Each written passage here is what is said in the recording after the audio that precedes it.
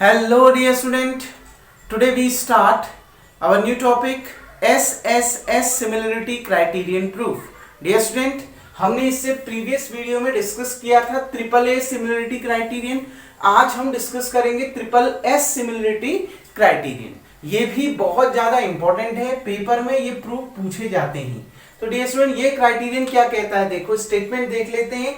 If in two triangles, वैसे मैंने बता रखा है, अगर दो ट्राइंगल्स में किसी एक ट्राइंगल की जो साइड हैं, सभी साइड्स हैं, वो प्रोपोर्शनल होंगी दूसरे ट्राइंगल की, तो दोनों ट्राइंगल में जो करस्पॉन्डिंग एंगल्स होंगे वो इक्वल होंगे और वो दोनों ट्राइंगल्स सिमिलर होंगे. यही ये स्टेटमेंट कहती है. देखिए, if in two triangles sides of one triangle are proportional to sides of another triangle, किसी त्रिभुज में यदि किसी एक त्रिभुज की भुजाएं साइड्स प्रोपोर्शनल होंगी, समानुपात होंगी, समान अनुपात में होंगी to the sides of another triangle, किसी दूसरे ट्राइंगल की साइड्स के साथ, then their corresponding angles are equal, तो उनके जो करस्पॉन्डिंग एंगल्स होंगे वो इक्वल होंगे. Hence the two triangles are similar, और वो दोनों ट्राइंगल समरूप होंगे यानी सिमिलर होंगे. क्लियर? अगर किसी दो ट्राइंगल में किसी एक ट्राइंगल की जो साइड्स हैं वो प्रोपोर्शनल होंगी दूसरे ट्राइंगल की साइड्स के साथ, तो उन दोनों ट्राइंगल में जो करस्पॉन्डिंग एंगल्स बनेंगे वो इक्वल आएंगे और वो दो ट्राइंगल क्या होंगे, सिमिलर होंगे. ये इसका स्टेटमेंट है.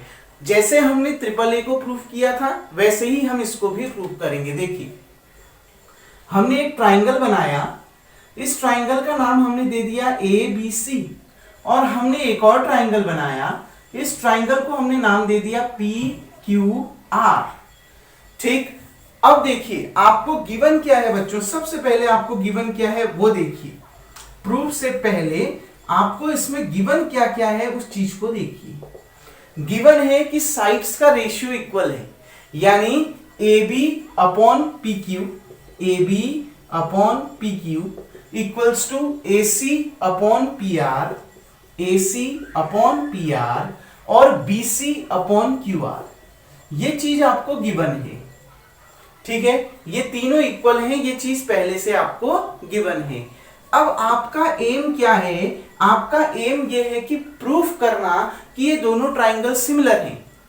अब करस्पॉन्डिंग साइड्स इक्वल दे रखी हैं और इन दोनों ट्राइंगल को आप अगर सिमिलर दिखाना चाहते हो तो मैंने पॉलीगन की डेफिनेशन में बताया था, कोई भी दो पॉलीगन सिमिलर होंगे अगर उनके करस्पॉन्डिंग एंगल इक्वल होंगे और करस्पॉन्डिंग साइड्स का रेशियो सेम होगा.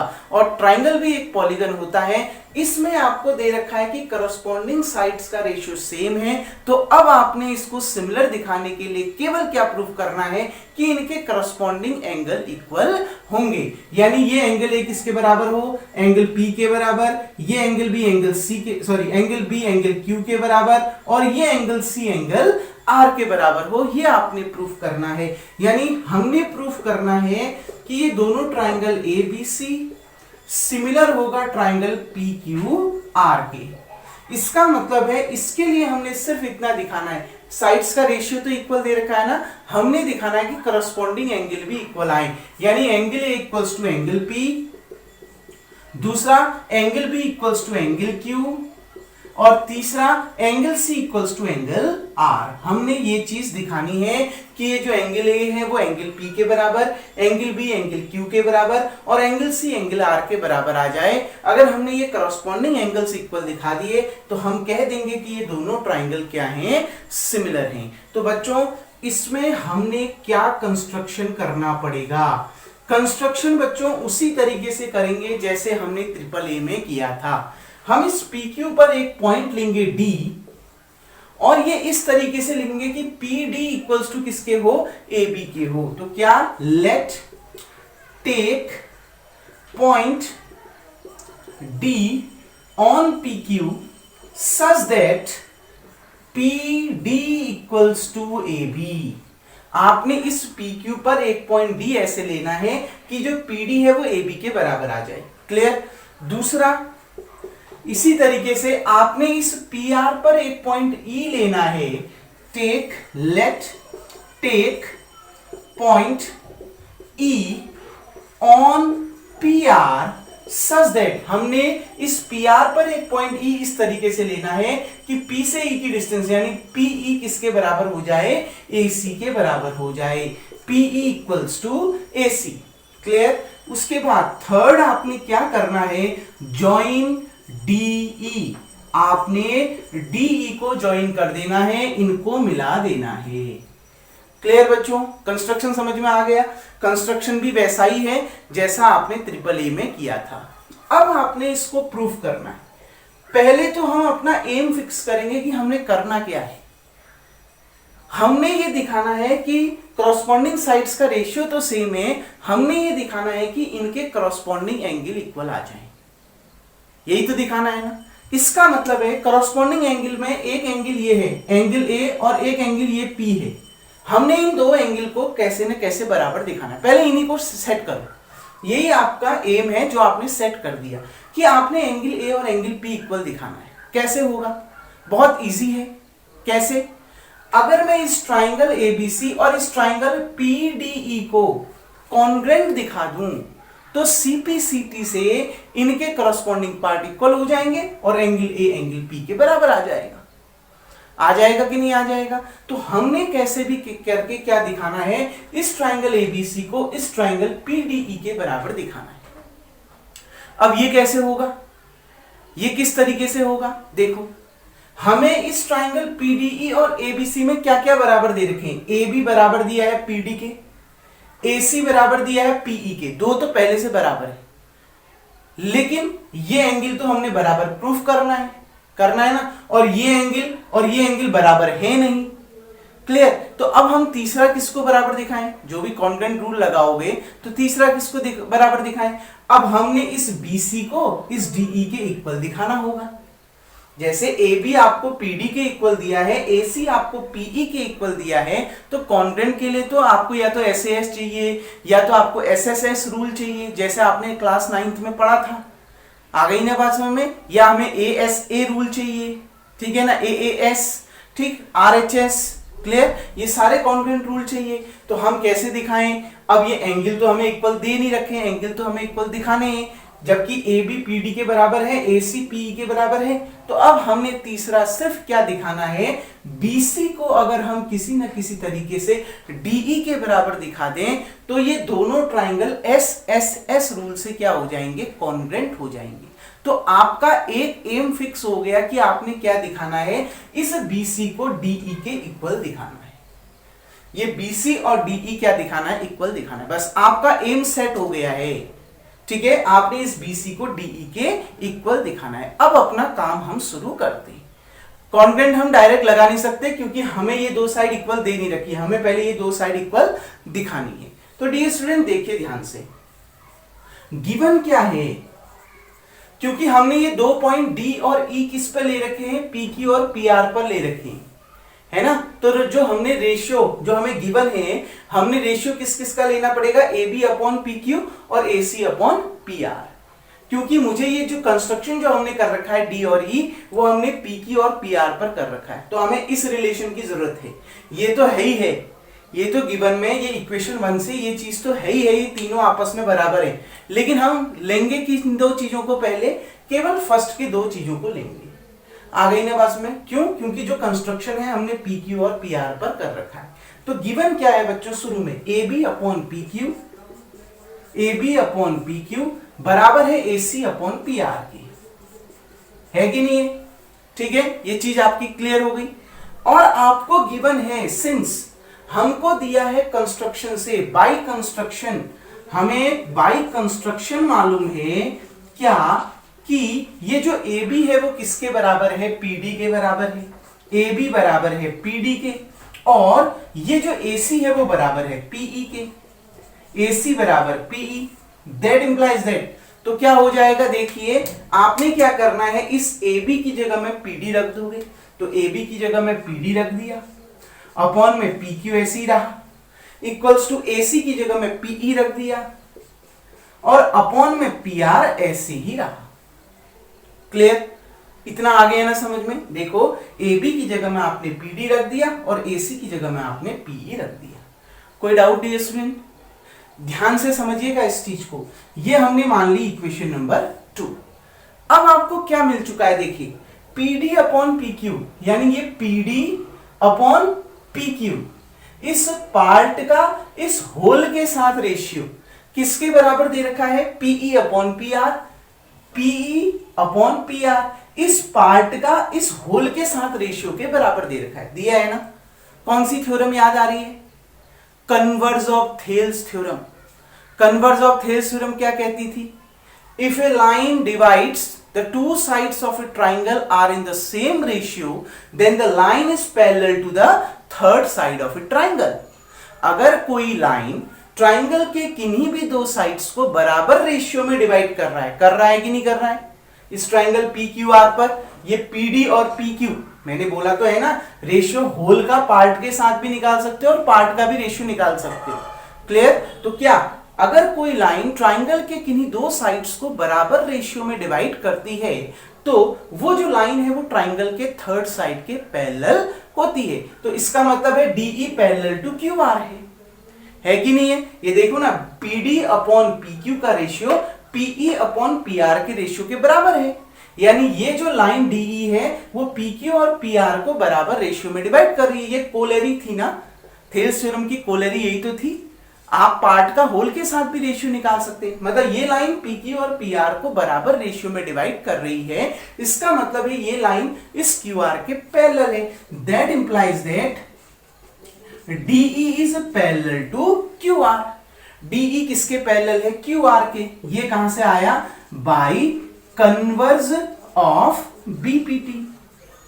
ये कहां से आया, कन्वर्ज ऑफ बीपीटी। अब देखो बच्चों, अगर ये डीई क्यू आर के पैरेलल है तो ये जो लाइन पी क्यू है वो ट्रांसवर्सल लाइन है कि नहीं है। देखो ये दो लाइन पैरेलल हैं, ठीक है, और ये जो लाइन पी क्यू है वो इन दोनों पैरेलल लाइंस को अलग अलग पॉइंट पर क्या कर रही है, इंटरसेक्ट कर रही है। इसका मतलब है ये पी क्यू ट्रांसवर्सल है कि नहीं है। And P Q is transversal, P Q transversal है, ठीक है ना।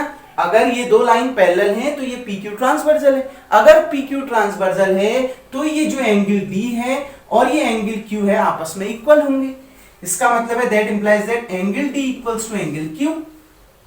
और दूसरा, ये जो एंगल E है वो इस एंगल R के बराबर होगा। Angle E equals to angle R, angle E equals to angle R। ये दो इक्वल क्यों होंगे बच्चों, ये दो लाइन पैरेलल हैं और ये ट्रांसवर्सल है, तो ये करस्पॉन्डिंग एंगल हो गए ना।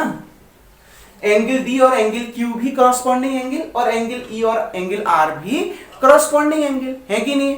और करस्पॉन्डिंग एंगल क्या होते हैं, इक्वल होते हैं, तो ये दोनों आपस में इक्वल हो गए। ब्रैकेट में लिख दोगे क्यों इक्वल है, करस्पॉन्डिंग एंगल, ठीक है, करस्पॉन्डिंग एंगल। तो ये चीज आपकी निकल के आ गई क्या, कि ये एंगल डी एंगल क्यू के बराबर और ये एंगल ई और एंगल आर आपस में बराबर हो गए। यहां तक कोई डाउट, यहां तक उम्मीद करता हूं आपको सारा चीज समझ में आ गया होगा। डियर स्टूडेंट, पहले आप इतना नोट कर लेंगे। नाउ डियर स्टूडेंट देखिए, ये दो एंगल कैसे इक्वल आए समझ में आ गया, क्योंकि ये रेशियो पीडी अपॉन पीक्यू और पीई अपॉन पीआर का रेशियो इक्वल आया। इसका मतलब है कन्वर्ज ऑफ थेल्स थ्योरम से ये दो पैरेलल आए, ये PQ ट्रांसवर्सल आई। इसका मतलब है ये एंगल D और एंगल Q करस्पॉन्डिंग एंगल है और ये एंगल E और एंगल R भी करस्पॉन्डिंग एंगल है, तो करस्पॉन्डिंग एंगल इक्वल होते हैं, इसलिए ये निकल के आ गया, ठीक है। अब देखो बच्चों, इस ट्राइंगल में दो ट्राइंगल बन रहे हैं, इस PQR ट्राइंगल में दो ट्राइंगल बन रहे हैं। कौन कौन से, एक बन रहा है PDE और एक बन रहा है PQR, बन रहा है ना। तो देखो, in triangle PDE and triangle PQR, इस ट्राइंगल PDE और इस ट्राइंगल PQR में देखो, आपको ये एंगल D एंगल Q के बराबर दिया है, ये एंगल D एंगल Q के बराबर दिया है। ये जस्ट दिया नहीं है, ये जस्ट प्रूव्ड है, ठीक है ना। ये दोनों चीज जस्ट प्रूव्ड कर रखी है, अब भी प्रूफ कर रखा है। दूसरा कौन सा एंगल, ये एंगल E और एंगल R भी आपस में इक्वल है, ये भी अब भी आपने प्रूफ कर रखा है। लीजिए, जस्ट प्रूव्ड। आ गई ना बात समझ में। इन दोनों ट्राइंगल में देखो, एंगल D एंगल Q के बराबर, एंगल E एंगल R के बराबर, ये अब भी आपने प्रूफ कर रखा है ना। तो कौन से क्राइटेरियन से, ये भी ए है और ये भी ए है, तो बाई ए क्राइटेरियन ये दोनों ट्राइंगल सिमिलर हो गए। सिमिलरिटी के 4 क्राइटेरियन मेनली पढ़े थे। पहला ए, दूसरा ए, तीसरा एस और चौथा एस। तो कौन से क्राइटेरियन से? ए क्राइटेरियन से, क्योंकि ए क्राइटेरियन यूनिवर्सल ट्रूथ है, उसको हमको प्रूफ करने की जरूरत नहीं है। ठीक है, तो बच्चों ए क्राइटेरियन से, ठीक है ना, बाई ए क्राइटेरियन, ठीक है ना, ए क्राइटेरियन से ये जो दोनों ट्राइंगल हैं, ट्राइंगल पीडीई सिमिलर हो गया ट्राइंगल पीक्यूआर के। आ गई ना बात समझ में? कौन से क्राइटेरियन से लिख रखा है यहां पर, देखिए ध्यान से समझिएगा। यहां पर इसमें लिख रखा है ए क्राइटेरियन से, बाय ए क्राइटेरियन से ये दोनों ट्राइंगल क्या हो गए? सिमिलर हो गए। अगर ये दोनों ट्राइंगल सिमिलर हो गए तो इनके करस्पॉन्डिंग जो साइड्स का रेशियो है वो भी इक्वल होगा, क्योंकि कोई भी ट्राइंगल सिमिलर कब होता है? करस्पॉन्डिंग एंगल इक्वल होते हैं, वो ये हो गए। ठीक है ना, और करस्पॉन्डिंग साइड्स का रेशियो भी क्या होता है? सेम होता है। तो ये जो दो ट्राइंगल सिमिलर आपने दिखाए हैं, इनके करस्पॉन्डिंग साइड्स का रेशियो भी सेम होगा। Corresponding side PD PQ, PD upon PQ equals to DE upon QR, equals to DE upon QR. एक और करस्पॉन्डिंग साइड है इन दोनों की, क्या? PE upon PR. हमें इसकी जरूरत नहीं है। मैंने यही दो क्यों लिया? यही तो इसलिए लिया क्योंकि बच्चों मुझे ये दिखाना है कि ये जो डीई है वो बीसी के बराबर आ जाए। इसलिए मैंने इन दो जो ट्राइंगल है पीडीई और पीक्यूआर को जब सिमिलर दिखाया तो मैंने जो करस्पॉन्डिंग साइड्स का रेशियो लिया वो डीई और क्यूआर लिया। देखो 3 साइड्स करस्पॉन्डिंग साइड्स बन रही हैं, एक पीडी अपॉन पीक्यू, एक पीई अपॉन पीआर, एक डीई अपॉन क्यूआर। आएंगी तीनों साइड्स का रेशियो इक्वल होगा, लेकिन मुझे जिसकी जरूरत है मैं उसको लूंगा। तो मुझे जरूरत प्रूफ करने की है डीई को बीसी के बराबर, तो मैं डीई और क्यूआर का रेशियो लूंगा। आ गई ना बात में? डीई और क्यूआर का रेशियो क्यों लिया समझ में आ गया? तो हमें पता चल गया ये दो ट्राइंगल सिमिलर हैं। अगर ये दो ट्राइंगल सिमिलर हैं तो बाई सीपीएसटी, सीपीएसटी क्या होता है? Corresponding part of similar triangle. मतलब जो करस्पॉन्डिंग पार्ट होते हैं सिमिलर ट्राइंगल के वो इक्वल होते हैं। कहने का मतलब है करस्पॉन्डिंग साइड्स का जो रेशियो होगा वो इक्वल होगा। तो यही तो है ना corresponding sides, PD upon PQ और डीई अपॉन क्यूआर। तो ये दोनों इक्वल हो गए। कोई डाउट? इसको मान लेते हैं इक्वेशन नंबर 3। यहां तक कोई डाउट नहीं है स्टूडेंट? इतना आ गया ना समझ में? अब देखिए मैं इसको यहां से रफ कर देता हूं। इस लाइन को अभी मैं मिटा नहीं रहा हूं, बाकी नीचे की सारी लाइन मिटा देता हूं। ठीक है, देखिए बच्चों इतना आपको समझ में आ गया होगा और इतना आपने नोट भी कर लिया होगा। डियर स्टूडेंट, कंस्ट्रक्शन से आपने प्रूफ किया था कि पीडी किसके बराबर है? एबी के। बाय कंस्ट्रक्शन हमने प्रूफ किया था पीडी इक्वल्स टू एबी, करा था ना? ये जो पीडी है वो किसके इक्वल प्रूफ किया था? एबी के इक्वल प्रूफ किया था। किया था कि नहीं किया था? तो बस पीडी की जगह में क्या रख देंगे आप? एबी रख देंगे। फ्रॉम 3 पीडी की जगह में आपने एबी रख दिया, तो एबी अपॉन कितना? पीक्यू इक्वल्स टू कितना? डीई अपॉन कितना? क्यूआर। है कि नहीं है? इस पीडी की जगह में आपने क्या रख दिया? इस पीडी की जगह में आपने एबी रख दिया। इसको मान लीजिए इक्वेशन नंबर 4। ये इक्वेशन नंबर क्या आ गई? 4 आ गई। कहां से आई समझ में आया? हमने इसमें पीडी की जगह में क्या रख दिया? एबी रख दिया, क्योंकि हमें कंस्ट्रक्शन से दिया था ये पीडी एबी के बराबर है। अब इक्वेशन 1 को देखो तो बच्चों, ये AB upon PQ AC upon PR के भी बराबर है और बीसी अपॉन क्यूआर के भी बराबर है। क्योंकि मुझे प्रूफ बीसी को करना है तो मैं क्या लूंगा? ये एबी और एबी अपॉन पीक्यू और बीसी अपॉन क्यूआर भी इक्वल आए ना? ये इक्वेशन 1 में दे रखा है ना? क्लियर? ये तीनों रेशियो आपस में इक्वल है। मुझे अब जरूरत किसकी है? मुझे जरूरत है बीसी की। तो अब मैं कौन सा रिलेशन लूंगा? ये एबी अपॉन पीक्यू किसके बराबर है? बीसी अपॉन क्यूआर के। तो फ्रॉम इक्वेशन 1, इक्वेशन 1 से देखो, फ्रॉम इक्वेशन 1 एंड 4 लिख देता हूं, फ्रॉम इक्वेशन 1 एंड 4, इक्वेशन 1 और 4 से देखो, ये A B upon P Q किसके बराबर आ गया, B C upon Q R के बराबर आ गया। तो A B upon P Q की जगह में क्या रख दिया, B C upon Q R. तो यहां पर आपने A B upon P Q की जगह में B C upon Q R रख दिया, equals to DE upon Q R. ठीक, ये देखो दोनों के अपॉन में क्यू आर है और बीच में इक्वल टू का साइन है, यानी क्यू आर से क्यू आर कैंसिल। तो क्या प्रूफ हो गया, B C equals to DE.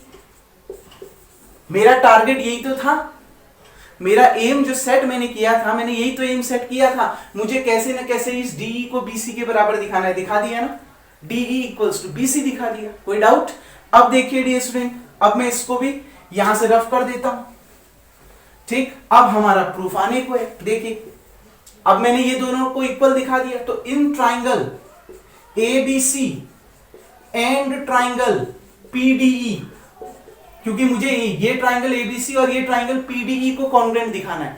क्या AB किसके बराबर आ गया, AB बराबर है PD के, ठीक है ना, AB किसके बराबर है, PD के बराबर है, और ये AC किसके बराबर है, PE के बराबर है। AC बराबर PE, ये दो कहां से आए, बाय कंस्ट्रक्शन। ठीक, और तीसरा मैंने अब भी प्रूफ कर रखा है, BC किसके बराबर है, DE के, BC बराबर DE, ये जस्ट प्रूव्ड। देखो इसके हिसाब से भी यही आ रहा होगा, AB और PD इक्वल, BC और DE इक्वल, और AC और PE इक्वल। क्लियर? तो कौन सा रूल, SSS रूल। तो बाय SSS रूल ये दोनों ट्राइंगल, ट्राइंगल ABC कॉन्ग्रुएंट हो गया ट्राइंगल PDE के, ये दोनों ट्राइंगल कॉन्ग्रुएंट हो गए।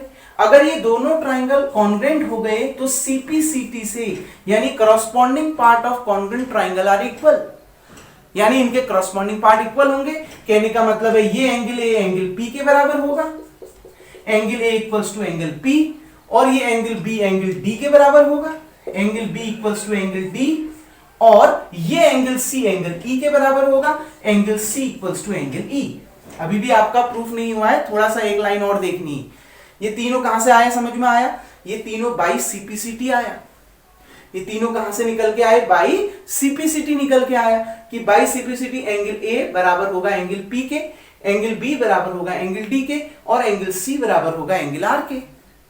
इसी के आगे देखो डियर स्टूडेंट, इसको देखिए, एंगल D एंगल Q के बराबर है, एंगल D किसके बराबर है, एंगल Q के बराबर है कि नहीं, एंगल B एंगल D के बराबर है, जबकि एंगल D एंगल Q के बराबर है, यानी ये तीनों एंगल आपस में बराबर है। कौन कौन से तीनों angle, angle B angle D और एंगल Q आपस में बराबर है कि नहीं, angle B equals to angle D है, जबकि गिवन क्या है, angle D equals to angle Q। आ गई ना बात समझ में, यानी ये एंगल B एंगल D और ये एंगल Q आपस में बराबर है। ठीक हो गया, तो क्या आ गया, that implies that angle B equals to angle D equals to angle Q। ये जस्ट प्रूव्ड है, ये भी तो अभी प्रूफ कर रखा है ना, कहां से प्रूफ किया, समझ में आया, एंगल B एंगल D तो प्रूफ कर रखा था CPCT से, जबकि गिवन था angle D equals to angle Q।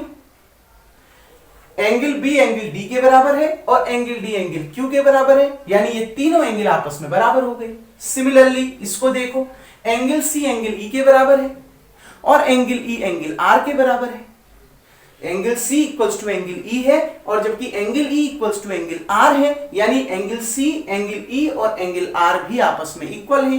That implies that angle C equals to angle E equals to angle R, ये भी जस्ट प्रूव्ड, ये भी तो अब भी प्रूफ कर रखा है। आ गई ना बात समझ में।